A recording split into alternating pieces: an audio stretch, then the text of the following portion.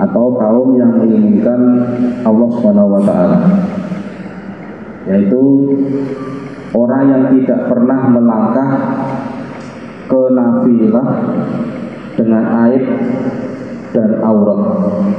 Ini perlu penjelasan. Tidak pernah melangkah ke nafilah dengan aib dan aurat disebut ahli irodat. Ini judulnya adalah kembali taubat, nafilah dan aib. Andai kata manusia tidak memiliki nafilah, keburukan dan kejahatan, kesalahan, dan tidak memiliki aib, niscaya tidak ada yang namanya pintu taubat.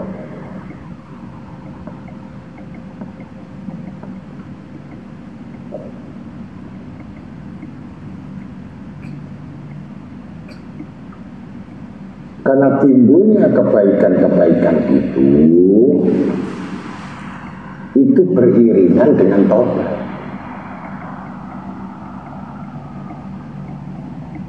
Dan tidak disebut orang yang bertaubat yang tidak merubah tabiat.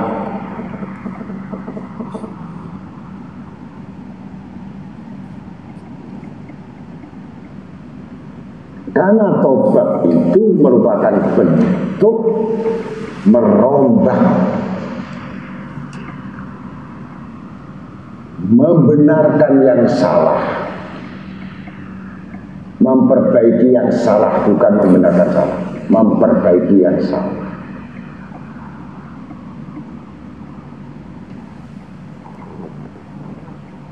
Kalau begitu orang bertobat itu pasti beristighfar.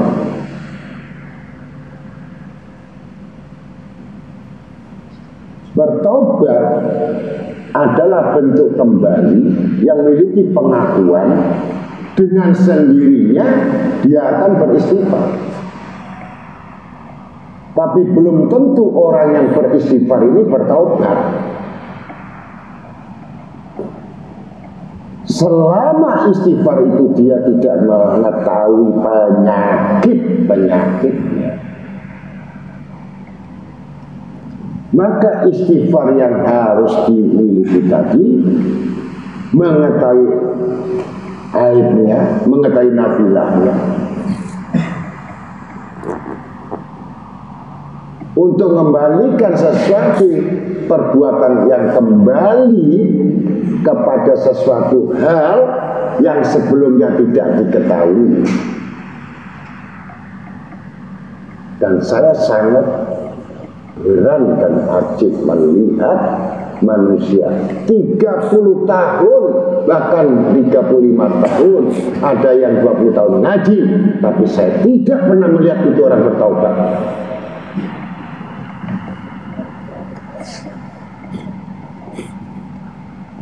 Kenapa saya katakan tidak bertaubat? Dia tidak pernah menyesali semua dari perbuatan-perbuatan itu. Dan dia merasa aman dengan perbuatan-perbuatan itu. Dan merasa bangga dengan amal-amal mereka. Padahal makin bertambah dosa-dosa mereka disebabkan maksiat yang tidak diketahui secara zahir, yang dia terus menghimpun maksiat-maksiat hati. Apakah maksiat hati? Pagi, siang, malam, sore, yang dipikirkan cuma isi perut. Ini bukan orang bertaubat. Ini orang celaka.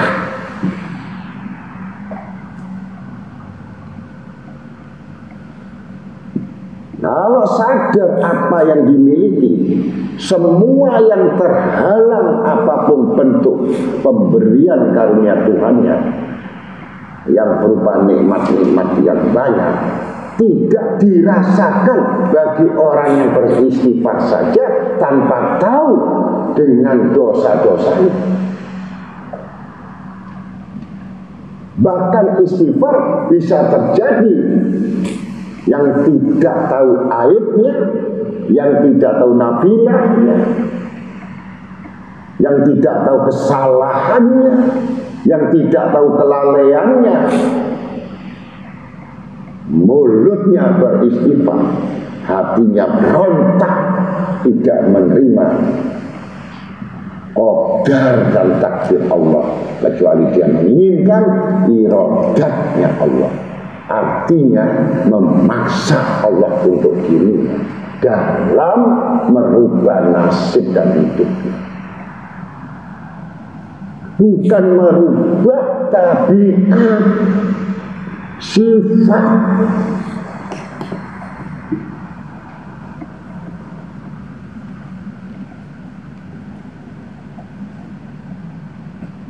Semua kebaikan saja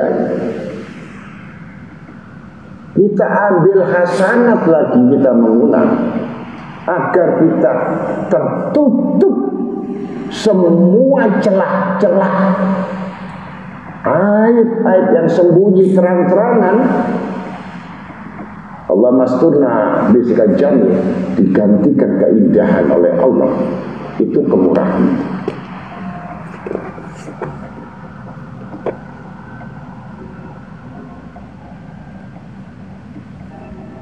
Itu mengatakan ini ujian Allah. Ujian Allah. Apa yang dimaksud ujian Allah? Seperti orang yang gak pernah sekolah, orang yang pernah punya pendidikan, orang yang pernah kuliah. Apakah ada ujian bagi orang seperti itu?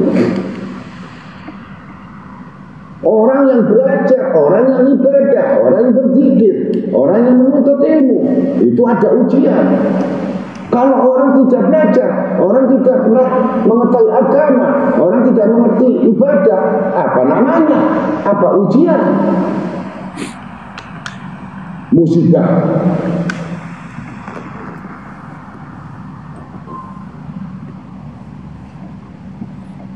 Jadi harus dibedakan antara ujian dan musibah. Kalau kamu cerdas, kalau kamu pandai, kalau kamu sering belajar, itu mahasiswi yang belajar rajin tiap malam, maka dia menunggu semester atau menunggu ujian. Dia maju kepada dosennya. Kapan ujian itu?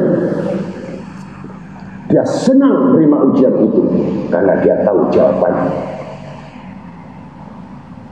Tapi orang yang bodoh, orang yang gak pernah belajar, orang yang gak pernah tahu, ketika datang ujian kepada dia, kebingungan kalau bisa ujian ditunda tahun depan karena belum siap untuk menerima ujian. Tapi orang cerdas, makanya kenapa Sayyidina Ali Karamajah mengatakan, andai kata manusia tahu dengan kemurahan Allah, setiap hari dia minta ujian. Karena setiap ujian adalah bentuk dari kemuliaan, kedudukan tambah. Orang yang bodoh menjauh dari ujian, menjauh daripada segala bentuk yang kesulitan. Ya tunggu saja kamu diuber sama musibah, gak akan lari kemana-mana. Maka musibah yang datang kepada manusia atas kebodohannya karena tidak mau belajar.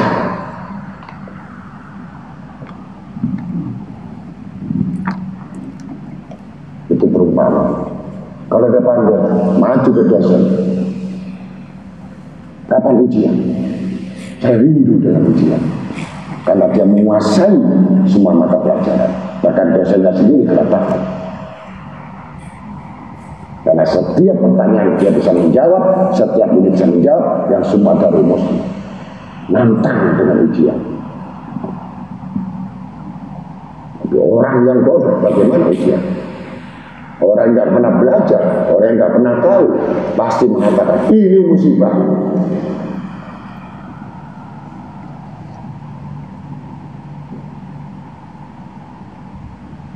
Itu bedanya. Kalau sudah dengan lewat kesulitan, dengan kesalahan, dengan kebodohan, maka dia bertobat, kembali kembali, taubat itu kembali. Tubu ilallah taubatan nasuh. Kembali. Orang yang kembali berarti tidak melihat ke belakang, kembali.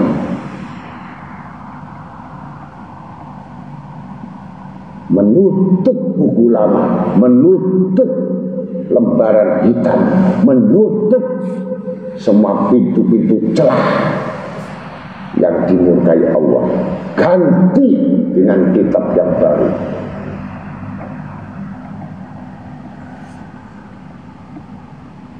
Maka berubahlah kehidupan. Ini 30 tahun, 25 tahun, kok tambah susah melulu. Kata Imam Syafi'i, ya nunggu ditakbiri 4 kali saja itu sembahyang mayit.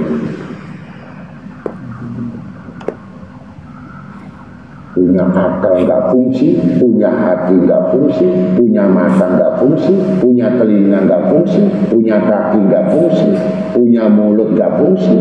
Ini apa? Belum mati sudah mati.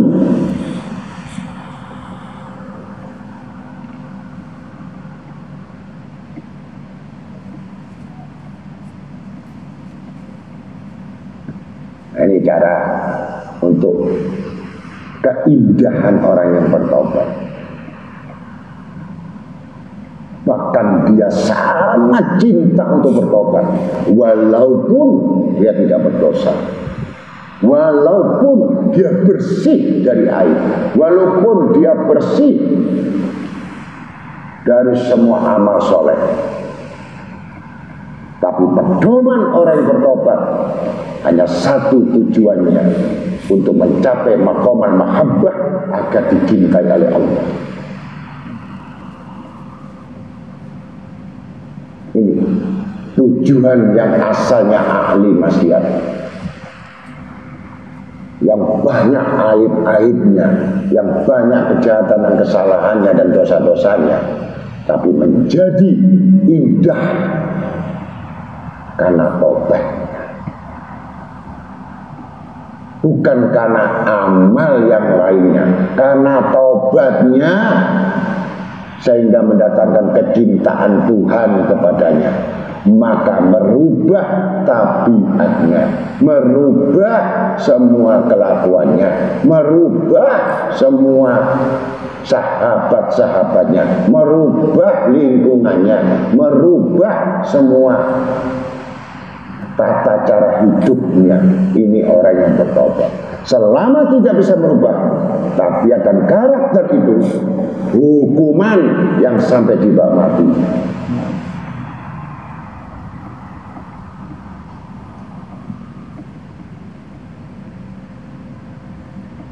Ini karena dia sudah masuk golongan bukan ahli istighfar, tapi ahli maksiat.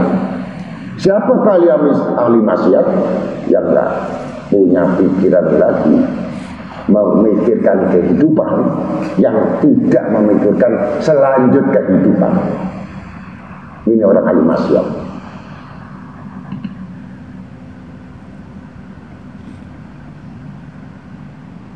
Yang hanya mencari kesenangan melulu di dunia, kepuasan di dunia, kenikmatan di dunia, yang menginginkan terus di dunia. Ini ahli maksiat.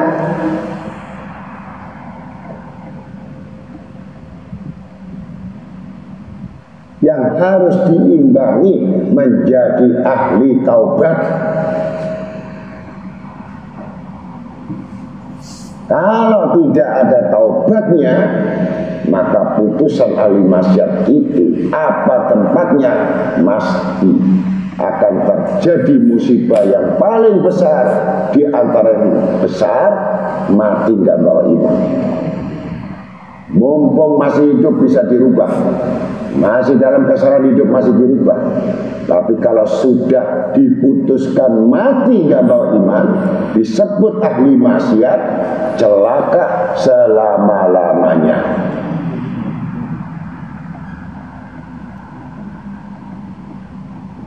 Jadilah orang yang ahli taubat, bukan ahli amal.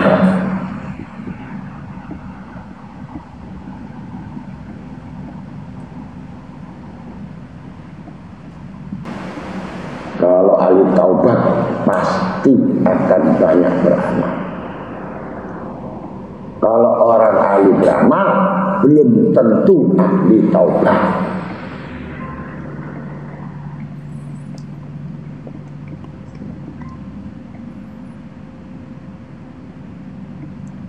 Padahal tidak punya dosa lagi, bersih. Kenapa kamu selalu beristighfar? Kenapa kamu selalu bertobat? Padahal kamu sudah diampuni dosa-dosamu oleh Allah. Maka seseorang yang tadi bertobat langsung menjawab, karena aku mengikuti jejak-jejak Nabi Muhammad SAW. Nabi itu sempurna yang disempurnakan, yang tidak memiliki dosa, masih bertobat beristighfar 100 kali. Sedangkan aku ahli maksiat, ahli pendosa, baca istighfar 3 kali.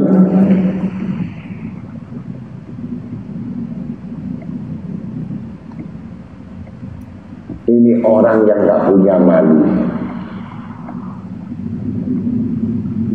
Maka aku tingkatkan, menurut Imam Ghazali rahimahullah, aku beristighfar 1000 kali.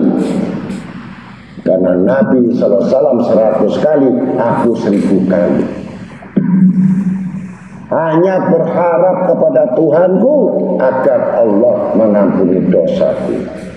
Bahkan Allah menangguhkan umurku, memanjangkan umurku,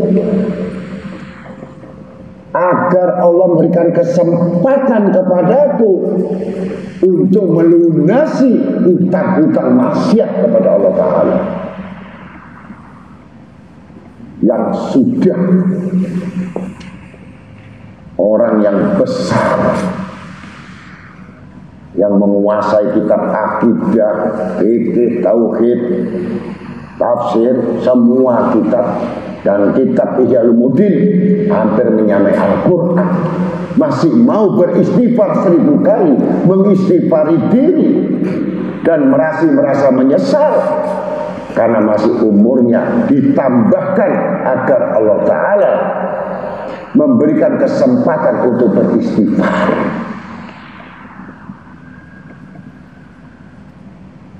Hanya orang-orang yang bodoh bahlul, yang selalu berhajat terus pada Tuhannya, lupa dosa-dosanya, kurang ajar.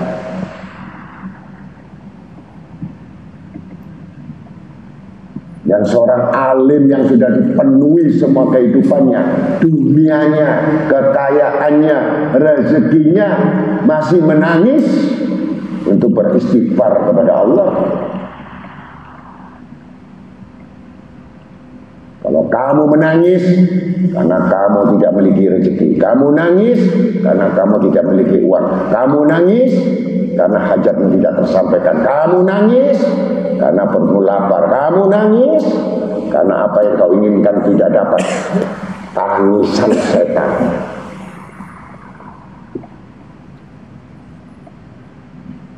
Tangisan hamba adalah tangisan yang mengetahui bahwa hari-hari tidak lain kecuali dalam kelalaian dan aib yang disebut maksiat.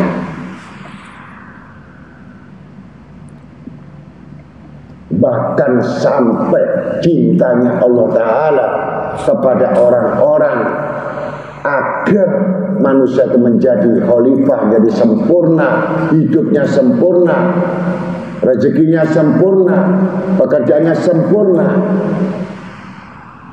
diturunkan agar menguatkan lagi hadis ini, hadis kursi,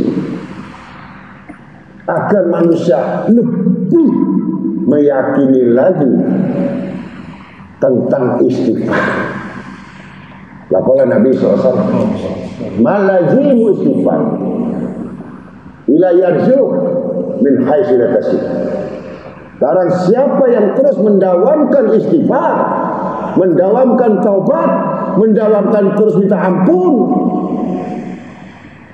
ketahuilah mereka-mereka itu, aku akan berikan rezeki yang tidak disangka-sangka, lebih besar daripada hajat yang diminta, lebih besar apa yang dimaksudnya, lebih besar daripada apa keinginannya, lebih afdal daripada apa yang dicita-citakan. Hanya melazimkan istighfar, maka makin bergembiralah orang-orang mukmin itu dengan istighfarnya.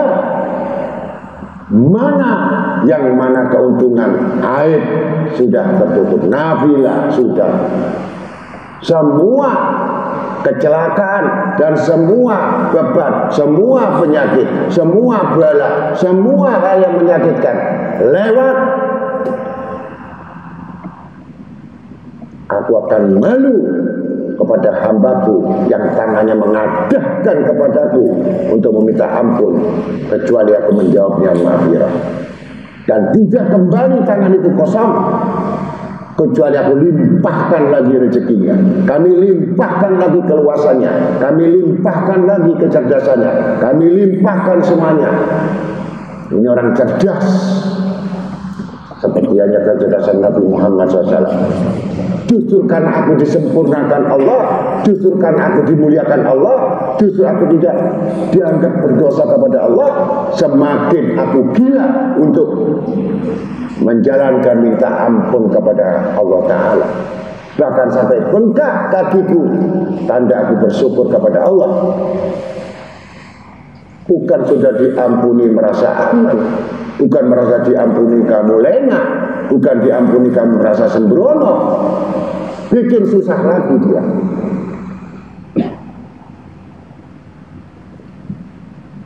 Ya, mudah-mudahan itu semuanya tahu. Kita ini kalau nggak ditutup baik Allah Ta'ala, kamu keluar rumah malu, ditulis di jalan dan bisa kau lepas makotumu, bisa kau lepas kopiamu, bisa saya lepas di mama ini. Itu keluar, la ilaha illallah. Menjijikkan perbuatan kita ini, memalukan perbuatan kita ini, hanya karena ada istighfar, maka kamu merasa bergaya dengan cara itu. Ini orang yang punya malu. Lalu tulis di jalan dengan reklame besar itu, kira-kira kamu dari luar rumah. Tidak ada semua manusia yang tidak berdosa, tapi karena Allah Ta'ala menutupi kesalahan-kesalahan. Dengan apa? Mengistighfar. Dengan kita banyak istighfar, banyak kita bertobat, apalagi sampai meneteskan air mata, berubah nasib dan takdirmu. Kalau memang betul kamu istighfar, istighfar berdoa, istighfar itu sama dengan doa. Takdir buruk jadi bagus, takdir marah jadi cukup, takdir nggak kerja jadi kerja, takdir sempit rezeki jadikan mudah. Semua dimudahkan oleh Allah Ta'ala kalau sudah pintu tobat dibuka. Maka mintalah maghfirah, mintalah pengampunan agar bab aib Nabi lalu tidak lagi berbekas bagi orang-orang beristighfar, kecuali yang keluar kecintaan lagi kepada Tuhannya yang maha murah, yang maha pengampun. Wallahu a'lam bishawab. Assalamualaikum warahmatullahi wabarakatuh.